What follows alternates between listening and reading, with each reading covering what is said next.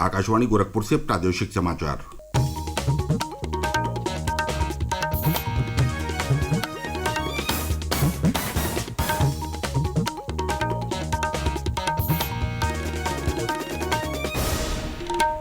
नमस्कार। समाचार बुलेटिन के साथ मैं प्रमोद कुमार सिंह। पहले मुख्य समाचार।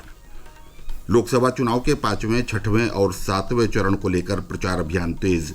स्टार प्रचारकों में आरोप प्रत्यारोप का दौर जारी। 7वें चरण की 13 लोकसभा सीटों पर नामांकन पत्रों की जांच पूरी।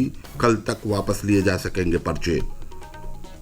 भाजपा के वरिष्ठ नेता और प्रधानमंत्री नरेंद्र मोदी आज से 2 दिन तक प्रदेश में करेंगे चुनाव प्रचार।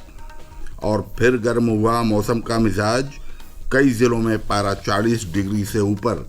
अगले 4 दिन लू चलने की आशंका। अब समाचार विस्तार से।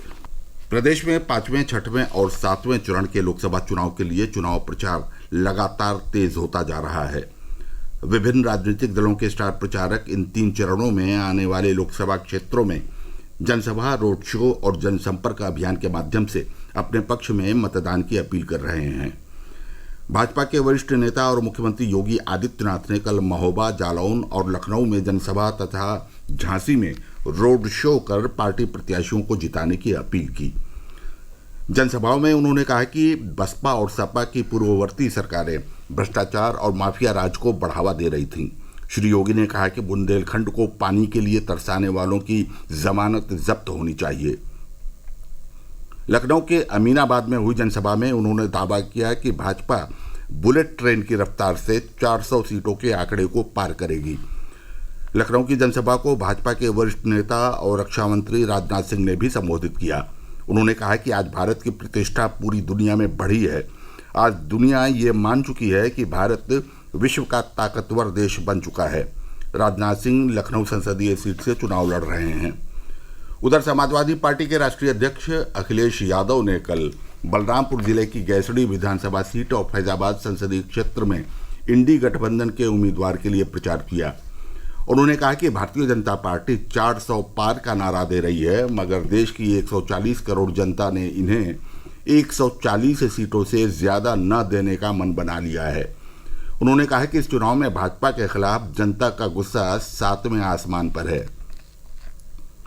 कांग्रेस की राष्ट्रीय महासचिव एवं पार्टी की स्टार प्रचारक प्रियंका गांधी ने कल अमेठी और रायबरेली में चुनावी सभाओं को संबोधित करते हुए भाजपा सरकार पर जमकर निशाना साधा।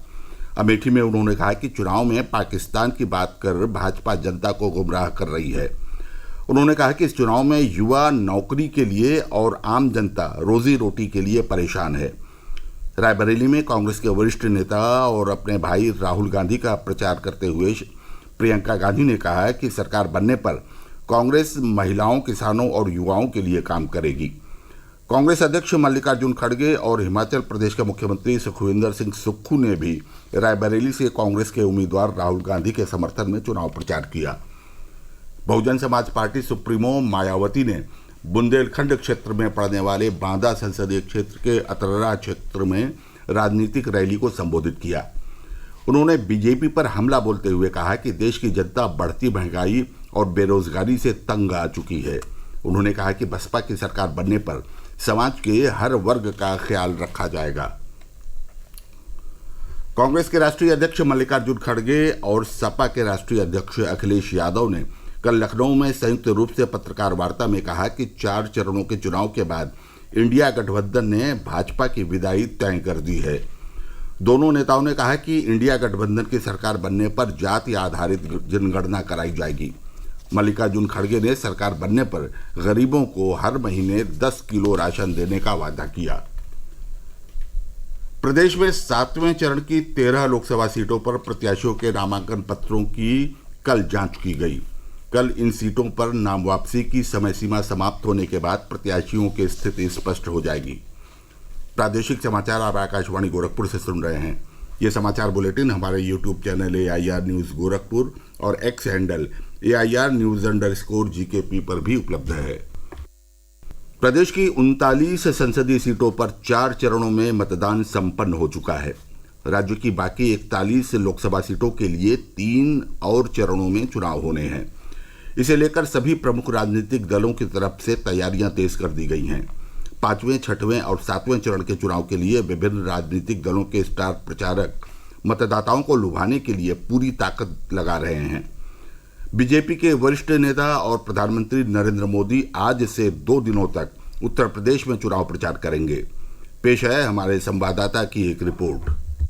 2 दिन 7 रैलियां, जिसके जरिए प्रधानमंत्री नरेंद्र मोदी लगभग 11 लोकसभा क्षेत्रों पर भाजपा कार्यकर्ताओं में जोश भरेंगे। राजनीतिक शब्दावली में जिसे कारपेट बॉम्बिंग या फिर तूफानी दौरे का नाम दिया जाता है, कुछ इसी अंदाज में प्रधानमंत्री नरेंद्र मोदी आज से लेकर कल तक उन जिलों में रैलियां करने वाले हैं जहां 5वें और 6ठे चरणों में वोट पड़ेंगे। वे आज जौनपुर, भदोही, प्रतापगढ़ और आजमगढ़ में सार्वजनिक सभाएं करेंगे। उनका आज रात लखनऊ के राजभवन में रुकने का कार्यक्रम है और कल वे बाराबंकी, फतेहपुर और हमीरपुर निर्वाचन क्षेत्रों में 3 और रैलियों को संबोधित करेंगे। दूसरी ओर आज एक और सियासी संग्राम फतेहपुर में होगा, जहां विपक्षी दलों के दिग्गज नेता अखिलेश यादव और मायावती के अलावा भाजपा से खुद मुख्यमंत्री योगी आदित्यनाथ भी रैलियां करने वाले हैं। कांग्रेस महासचिव प्रियंका गांधी वाड्रा अपने भाई राहुल गांधी के लिए रायबरेली संसदीय क्षेत्र में प्रचार करेंगी, जबकि कर्नाटक के उप मुख्यमंत्री और कांग्रेस नेता DK शिव कुमार भी लखनऊ में प्रेस कॉन्फ्रेंस करेंगे।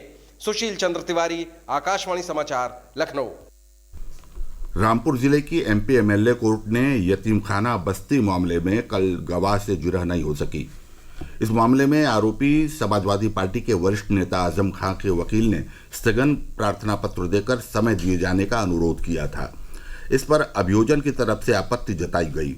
मामले में आजम खां समेत अन्य आरोपियों पर 1,000 रुपये का हर्जाना लगाते हुए 20 मई को जिरह के लिए आखिरी मौका दिया गया है। केंद्रीय माध्यमिक शिक्षा परिषद CBSE की हाईस्कूल और इंटरमीडिएट की परीक्षा में फेल या अपने नंबरों से असंतुष्ट परीक्षार्थी उत्तीर्ण होने या अंक सुधारने के लिए 15 जुलाई से पूरक परीक्षा में शामिल हो सकते हैं। इसके लिए परीक्षार्थियों को CBSE की आधिकारिक वेबसाइट पर 21 मई तक ऑनलाइन आवेदन करना होगा। उत्तर प्रदेश पर्यटन विभाग आज 17वां विश्व कृषि पर्यटन दिवस मनाएगा। इसे लेकर राजधानी लखनऊ के इंदिरा गांधी प्रतिष्ठान में एक कार्यशाला का आयोजन किया जाएगा। प्रदेश में कृषि और ग्रामीण पर्यटन को बढ़ावा देने के उद्देश्य से होने वाले आयोजन में विभिन्न क्षेत्रों से विशेषज्ञों को आमंत्रित किया गया है। पर्यटन विभाग ने राज्य के 18 मंडलों में ग्रामीण पर्यटन विकास के लिए 229 गांवों का चयन किया है। भाजपा के वरिष्ठ नेता और प्रदेश के मुख्यमंत्री योगी आदित्यनाथ की मां 88 वर्षीय सावित्री देवी को उच्च रक्तचाप की शिकायत के बाद ऋषिकेश स्थित एम्स में भर्ती किया गया है। एम्स के चिकित्सा अधीक्षक डॉक्टर संजीव मित्तल ने बताया कि प्रारंभिक जांच के बाद उन्हें वरिष्ठ नागरिकों के लिए बनाए गए स्पेशल वार्ड में भर्ती कर इलाज किया जा रहा है। बस्ती जिले के परशुरामपुर थाना क्षेत्र स्थित परसा लकड़ मंडी मार्ग पर रायपुर के समीप कल पिकअप की ठोकर से घायल 3 साधुओं की अयोध्या के एक अस्पताल में इलाज के दौरान मौत हो गई। तीनों साधु 84 कोसी परिक्रमा के अंतिम पड़ाव स्थल मखौड़ा धाम से हवन पूजन कर कटरा कुटी लौट रहे थे। प्रदेश में बीते कुछ दिनों में मिली राहत के बाद 2 दिनों से मौसम का मिजाज एक बार फिर गर्म हो गया है। राज्य के अधिकतर जिलों में पारा 40 डिग्री से ऊपर रहा। आगरा में अधिकतम तापमान 44 डिग्री रिकॉर्ड किया गया। इस बीच मौसम विभाग ने कल से अगले 4 दिन तक राज्य के अधिकांश जिलों में तेज धूप निकलने और लू चलने का अनुमान जताया है। इस बीच देश में मानसून को लेकर एक अच्छी खबर है। भारत मौसम विज्ञान विभाग ने इस माह के अंत में केरल में मानसून की पहली बारिश होने का पूर्वानुमान लगाया है। आमतौर पर जून के प्रथम सप्ताह में मानसून केरल तट पर दस्तक देता है। और अंत में बुलेटिन का मुख्य समाचार एक बार फिर। लोकसभा चुनाव के 5वें, 6वें और 7वें चरण को लेकर प्रचार अभियान तेज। स्टार प्रचारकों में आरोप प्रत्यारोप का दौर जारी। 7वें चरण की 13 लोकसभा सीटों पर नामांकन पत्रों की जांच पूरी। कल तक वापस लिए जा सकेंगे पर्चे। भाजपा के वरिष्ठ नेता और प्रधानमंत्री नरेंद्र मोदी आज से 2 दिन तक प्रदेश में करेंगे चुनाव प्रचार। और फिर गर्म हुआ मौसम का मिजाज। कई जिलों में पारा 40 डिग्री से ऊपर। अगले 4 दिन लू चलने की आशंका। इसके साथ ही समाचार बुलेटिन समाप्त हुआ। नमस्कार।